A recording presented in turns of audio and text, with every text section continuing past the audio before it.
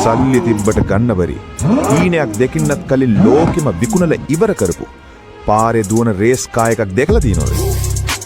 අන්න ඒ ඉතාලි මෘගයා තමයි මේ Ferrari SF90XX Stradale. පාරේ දුවන්න අවසර තියෙන ලෝකෙ භයානකම Ferrari එක. Ferrari ඉතිහාසයේ XX කියන නම වෙන් වුණේ ට්‍රැක් එකේ රේස් පදින්න විතරයි.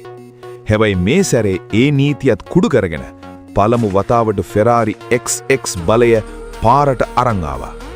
මේක නිකම්ම වාහනයක් නෙවෙයි මචන්. මේක Ferrari ඉංජිනේරු ශිල්පයේ උපරිම සීමාව.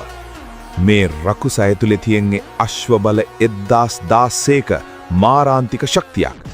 4 ලීටර් ට්වින් ටර්බෝ V8 එන්ජිමයි ඉලෙක්ට්‍රික් මෝටර්ස් 3යි එකතු වුණාම තත්පර 2.3න් මේක බිඳුවේ ඉඳන් 100ට ඉගිල්ලෙනවා. මේකෙන් එන සද්දෙට පාරවල් දෙදරලා යනවා. අඩි ගානක් උස රියර් වින් එකෙන් පාරේ ඇලවිලා යන්නේ හරියට මැග්නට් එකක් වගේ. ලෝකෙටම තියෙන්නේ Stradale 799ක් විතරයි. මේක පාරට එන්නත් කලින් හැම එකක්ම සල්ලි දීලා අරන් ඉවරයි. ඒ කියන්නේ සල්ලි තිබ්බට ගන්න බැරි වාසනාව තියෙන උන්ට විතරක් උරිම වුණු ඉතාලි කලාවක් මේක.